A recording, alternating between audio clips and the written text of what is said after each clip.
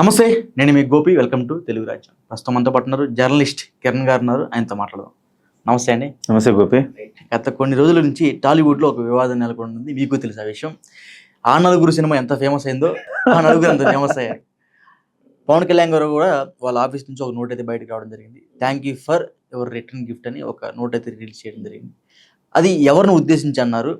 ఆ నలుగురు ఎవరు మీ మాటలు? ఆ నలుగురు సినిమా స్ఫూర్తి నింపింది. ఈ నలుగురు వ్యవహారం, మాఫియా వ్యవహారం ఇవాళ బయటపడింది. సో ఇవాళ కాదు, 20 ఏళ్ళుగా గోపి, గత 20 సంవత్సరాలు దాదాపుగా ఈ యొక్క యజ్ఞం ప్రారంభించి నలుగురు ఆ యజ్ఞం ప్రారంభించి 20 ఏళ్ళైంది. ఏంటి ఆ యజ్ఞం అంటే, నిర్మాతలుగా ఉన్నాం మనం, డిస్ట్రిబ్యూటర్లుగా ఉన్నాము, ఎగ్జిబిటర్లు కూడా మనమే అయితే పోలా, అంతా మన చేతిలో ఉంటుంది అనుకున్నారు. ఎగ్జిబిటర్ల అవతారం కూడా ఎత్తారు. ఒక సినిమా మనం చూస్తున్నామంటే తీసే నిర్మాత, దాన్ని కొని ఆడించే డిస్ట్రిబ్యూటరు, దాన్ని సినిమా థియేటర్లు ఆడటానికి సినిమా థియేటర్లు ఇచ్చే ఎగ్జిబిటర్ అంటే సినిమా థియేటర్ ఓనరే. ఈ ముగ్గురు ఇరుసు అనమాట. సో అలాంటప్పుడు ఈ 3 పాత్రలు ఒక్కడే పోషించేస్తే మోనోపలి అయిపోలా, అక్కడ మాఫియా అయిపోలా. ఈ నలుగురు థియేటర్ల చేతిలో పట్టుకున్నారు అన్ని లీజులు. గోపి మీకు థియేటర్ ఉందా? కొంచెం కష్టంగా ఉందండి ఈ మధ్య సినిమాలు ఆడట్లేదు. నాకు లీజుకి ఇచ్చేవయ్యా, ఏదో నీకేదో ఇస్తే తృణమోపడం ఏదో చేసుకు, ఎందుకు ఇక అంటే నువ్వు సర్లే ఈ గోలంతా ఎందుకు, లీజుకి ఇస్తే పోతాను లీజుకి ఇస్తావు. నువ్వు లీజుకి తీసుకుంటే దాన్ని చిన్న చిన్న మ్యాజిక్లు చేస్తారు, దాంట్లో చేసేసి పాప్కార్న్లు అవన్నీ పెడతారు. సో పాప్కార్న్లు, సమోసాలు ఇవన్నీ కూడా దీనికి కూడా ఒక మాఫియా ఉంటుంది. మళ్ళీ అది గుత్త ఆధిపత్యం. మళ్ళీ ఇవన్నీ చేసుకుంటారు వాళ్ళు. మళ్ళీ అక్కడ మళ్ళీ యాడ్స్ ఒకటి తెచ్చుకుంటారు, వీళ్ళే యాడ్స్ తెచ్చుకుంటారు. ఒక యంత్రాంగం ఉంటుంది వీళ్ళకి, వాళ్ళు యాడ్స్ తెస్తారు, సినిమా థియేటర్లో యాడ్స్ వేస్తారు. సో ఇదంతా గంప కొత్తగా చేసుకోగలుగుతారు కాబట్టి దాన్ని వాళ్ళు ప్రాఫిటబుల్ మార్గంలో తీసుకున్నారు. గోపి అనేవాడు ఒక్కడే సింగిల్ కదా ఆ థియేటర్ నడుపుకోవటానికి. సో కాబట్టి గోపి కష్టమయ్యేది. దాన్ని ఈ రకంగా చేశారు. ఈ రకంగా చేస్తే సర్లే ఓకే, నీది నీకు వస్తుందో వాళ్ళకు వస్తుంది అనుకోవడానికి లే. వాళ్ళు ఏం చేశారు, దాన్ని మంచి కంటే కూడా చెడు ఎక్కువ చేశారు. దానివల్ల ఏంటి, చిన్న చిన్న సినిమాలు ఆర్ నారాయణమూర్తి మొత్తుకునేవాడు, మాకు థియేటర్లు ఇవ్వట్లేదని. చిన్న సినిమాల నిర్మాతలు అనేక మంది గోల చేసేవాళ్ళు. ఎందుకు, వాళ్ళు నిర్మాతగా ఉండే ఒక సినిమా రిలీజ్ అయింది అనుకోండి, ఈ నలుగురు ఒకటైపోతారు, నలుగురుకున్న థియేటర్లన్నీ ఇచ్చేస్తారు. సో చిన్న సినిమాకి థియేటర్లు దొరకకపోతే ఏమైపోవాలి, సినిమా బాగానే ఉంటుంది, చూడటానికి నీకు అవకాశం లేదే. ఈ రకమైన దందా గత 2 దశాబ్దాలుగా చేస్తూ ఉన్నారు. సో అది ఎవరు దీన్ని బద్దలు కొడతారు, ఈ మాఫియాని ఎవరు బద్దలు కొడతారు అని చూస్తూ ఉన్నారు, ఎదురు చూస్తూ ఉన్నారు. ఎవరు కొట్టలేకపోయారు. ఇవాళ పవన్ కళ్యాణ్ గారు ఆ మాఫియాని దెబ్బ కొట్టారు, బద్దలు కొట్టారు. ఇవాళ ఆ నలుగురిలో వచ్చి నేను ఆ నలుగురిలో లేను, ఇద్దరు వచ్చి చెప్పుకున్నారుగా, మిగతా 2 మిగిలారు. మరి వాళ్ళిద్దరు ఇవాళ రేపు ప్రెస్ మీట్ పెట్టాలి లెక్క ప్రకారం. అయితే మరి పెట్టకపోతే డెఫినెట్గా వాళ్ళిద్దరు ఆ నలుగురిలో ఉన్నట్ట. అసలు ఓవరాల్గా దీని మొత్తం చరిత్ర అంతా బయట తీయాలని పవన్ కళ్యాణ్ గారు నిర్ణయించారు. తాజాగా ప్రెస్ నోట్ కూడా వచ్చింది దాని మీద. సో ఇద్దరు మేము లేమంటున్నారు. మరి ఎవరున్నారు ఈ కుట్ర వెనక? ఎవరున్నారు ఆ ఇద్దరు మరి ఎవరు అంటే అల్లు అరవింద్, దిల్ రాజు, సునీల్ నారంగ్, సురేష్ బాబు, అందరికి తెలిసిన విషయమే. ఈ నలుగురు వ్యవస్థని ఇట్లా భ్రష్టు పట్టించారు. సో ఇక్కడ అసలు సురేష్ బాబు గారికి సినిమాలు తీయడం మానేశాడు. నిర్మాత బేసికల్లీ అయినా సినిమాలు తీయడం మానేశాడు, థియేటర్ మీద బతికేస్తున్నాడు. సునీల్ నారంగ్ అంతే.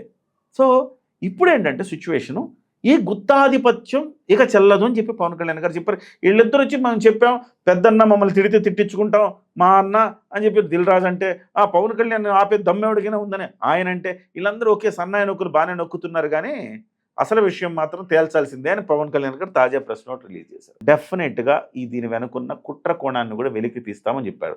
రాజమండ్రిలో కుట్ర కోణం జరిగింది అని చెప్పి దిల్ రాజు చెప్పాడు నిన్న ప్రెస్ మీట్లో. రాజమండ్రి నుంచి స్టార్ట్ అయింది అన్నాడు. ఆ రాజమండ్రిలో ఎక్కువ థియేటర్లు ఇతనుకున్న ద్వారంపూడి చంద్రశేఖర్ రెడ్డికి ఉన్నాయి, తూర్పుగోదావరి జిల్లాలో. ఆయన ప్రభావంతో కొంతమంది చేశారు అంటున్నారు. అందులో జనసేన పార్టీ నాయకుడు కూడా ఉన్నాడు, సత్యనారాయణ అని ఉన్నాడు అని చెప్పి దిల్ రాజు చెప్పాడు. ఆ సత్యనారాయణ ఇమ్మీడియట్గా పార్టీని సస్పెండ్ చేశారు.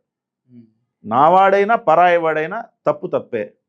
ఇవాళ ఇక నుంచి మీ ఇష్టం వచ్చినట్టు. దిల్ రాజు ఏమన్నాడు, పక్కింటికి వెళ్ళినట్టు వెళ్ళి సినిమా ధరలు పెంచుకొని వచ్చేస్తున్నాము ఇప్పటి వరకు అన్నారు. ఓహో, మీకు మేము ఇంత కంఫర్టబిలిటీ ఇచ్చినా మీరు ఇలానే ఉంటారు అనేసి ఇప్పుడు ఏం పెట్టారు, ఫిల్మ్ ఛాంబర్ ద్వారానే రావాలి. ఏదైనా ఫిల్మ్ ఛాంబర్కి వెళ్ళాలి నిర్మాత, ఫిల్మ్ ఛాంబర్ ప్రతినిధులు రావాలి, దానికి చెప్పాలి ఇదిగోండి ఇంత ఖర్చు అయింది, ఇంత పెద్ద సినిమా ఇది, ఇంత పాన్ ఇండియా రేంజ్లో ఆడుతుంది, కాబట్టి మీరు టికెట్ రేట్లు పెంచాలి మొదటి వారం అని అడిగితే వాళ్ళు పరిశీలించి అప్పుడు అనుమతులు ఇస్తారు. అనుమతులు ఇవ్వమంటల్లా, అనుమతులు ఇస్తాం.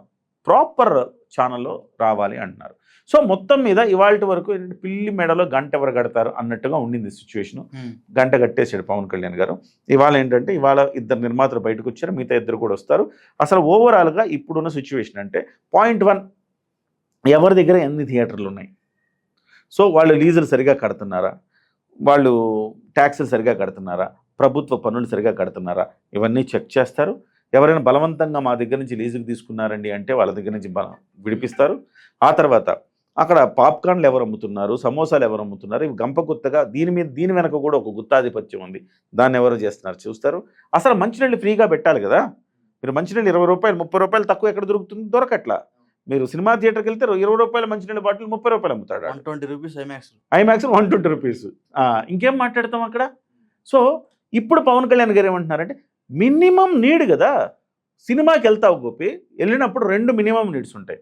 ఒకటి మంచినీళ్ళు, దాహం వేస్తే మంచినీళ్ళు తాగాలి, మినిమం నీడ్ అది. 2 టాయిలెట్కి వెళ్ళాలా, టాయిలెట్ పరిశుభ్రంగా ఉండాలా, మంచినీళ్ళు ఉచితంగా దొరకాలా. నీకు కావాలంటే కిన్లే బాటిల్ కావాలంటే నువ్వు కొనుక్కో, కానీ నువ్వు ఒక మంచినీళ్ళు ఫెసిలిటీ అయితే పెట్టాలి, ఉచితమైన మంచినీళ్ళు పెట్టాల్సిందే కదా. ఇప్పుడు అది పెట్టారు, ఉచితంగా మంచినీళ్ళు పెట్టాలా, పరిశుభ్రంగా టాయిలెట్లు ఉండాలా. మిగతా వాటన్నిటి కూడా ధరలు పరిశీలిస్తారు.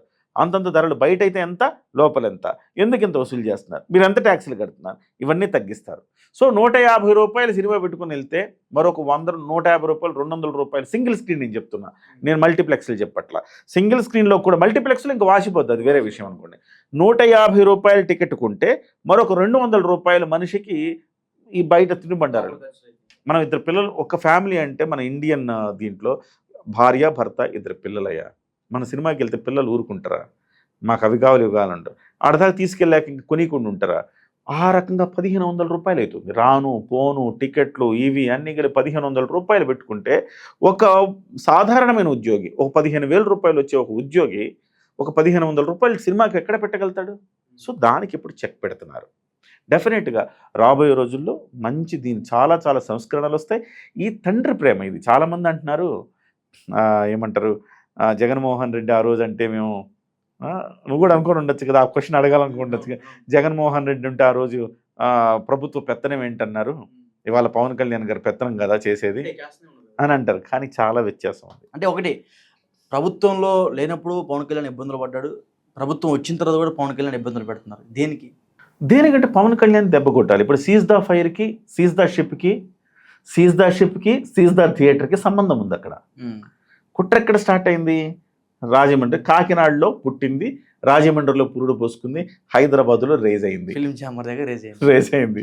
సో కాకినాడలో పుట్టిందంటే ఎవరు పుట్టించారు, అద్వారంపూడి చంద్రశేఖర్ రెడ్డి గారే పుట్టించారని మాట్లాడుకుంటున్నారు. దాని మీద విచారణ చేయమని స్వయంగా ఇవాళ లేఖలో రాశారు పవన్ కళ్యాణ్ గారు. దాని మీద విచారణ చేయండి. ఒక నిర్మాత, ఒక రాజకీయ నాయకుడిగా ఉండే ఒక సినిమా థియేటర్ల ఓనరు ప్రోద్బలం ఉంది వీటనక అంటున్నారు, దాని మీద విచారణ చేయండి అన్నారు. ఆయన సీజ్ ద షిప్ అని ఆయన బియ్యాన్నంతా సీజ్ చేశారని చెప్పి ఆ కోపంతో కక్షతో ఇవాళ నువ్వు నా బియ్యాన్ని నువ్వు సీజ్ చేస్తే నీ థియేటర్ నేను సీజ్ చేస్తా అనేటట్టుగా ఒక ఆయన రివెంజ్ తీర్చుకుంటున్నాడేమో అనిపిస్తోంది. సో ఆ రివెంజ్ ఏదన్నా ఉంటే తెలుసుకుంటే డెఫినెట్గా ఆ రివెంజ్ తర్వాత ఏం చేయాలి, నెక్స్ట్ యాక్షన్ ఉంటుంది కదా. సో ఆ యాక్షన్ కోసం పవన్ కళ్యాణ్ ఎదురు చూస్తున్నారు. ఏదేమైనా ఈ థియేటర్ల సమస్య ఇప్పటికి ఇది ప్రజల కోణాల. నేనేమంటానంటే పవన్ కళ్యాణ్ గారు దీన్ని అలా రేస్ చేసి అలా వదలద్దు అంటున్నా. రేస్ చేస్తే రిజల్ట్ వచ్చేదా కొట్టాలా, రిజల్ట్ ఓరియంటెడ్గా ఉండాలి మీరు కొడితే. సో జనానికి రేపు పొద్దున పాప్కార్న్ ధర 300 రూపాయలు ఉండే పాప్కార్న్ ధర 100కే రావాలా. ఆ రోజు జనమంతా మీకు చప్పట్లు కొడతారు. బా ఎన్ని రోజుల నుంచి అయ్యా ఇది. సుప్రీంకోర్టు ఆర్డర్లు ఉన్నాయి గోపి, సుప్రీంకోర్టు ఆర్డర్లు కూడా ఎప్పుడు ఫాలో అయ్యట్లేదు. నేను 2-3 సార్లు సుప్రీంకోర్టు ఆర్డర్ ఉంది కదా మీరేంటంటే అవన్నీ ఉంటాయిలేండి సార్ అంటున్నారు. సుప్రీంకోర్టు ఆర్డర్లు కూడా ఫాలో కానప్పుడు ఇవాళ పవన్ కళ్యాణ్ గారు కనుక అది చేయగలిగితే, మాఫియా అది అంత ఈజీ కాదు, చేయగలిగితే పవన్ కళ్యాణ్ గారికి నీరాజనాలు పడతారు జనం. ఓకే, డెఫినెట్గా. రైట్, థ్యాంక్ యూ అండి. Thank you. హలో, తెలుగు రాజ్యం ఛానల్ చూస్తున్నారా? సామాజిక రాజకీయ జీవన చిత్రణే తెలుగు రాజ్యం. అతిశయోక్తులు అసత్యాలు ఉండవు. రాజకీయ కోణం కాదు, ప్రజా కోణమే కొలబద్ద. తెలుగు రాజ్యం వీక్షణ మీ ఉత్తమ అభిరుచికి నిదర్శనం.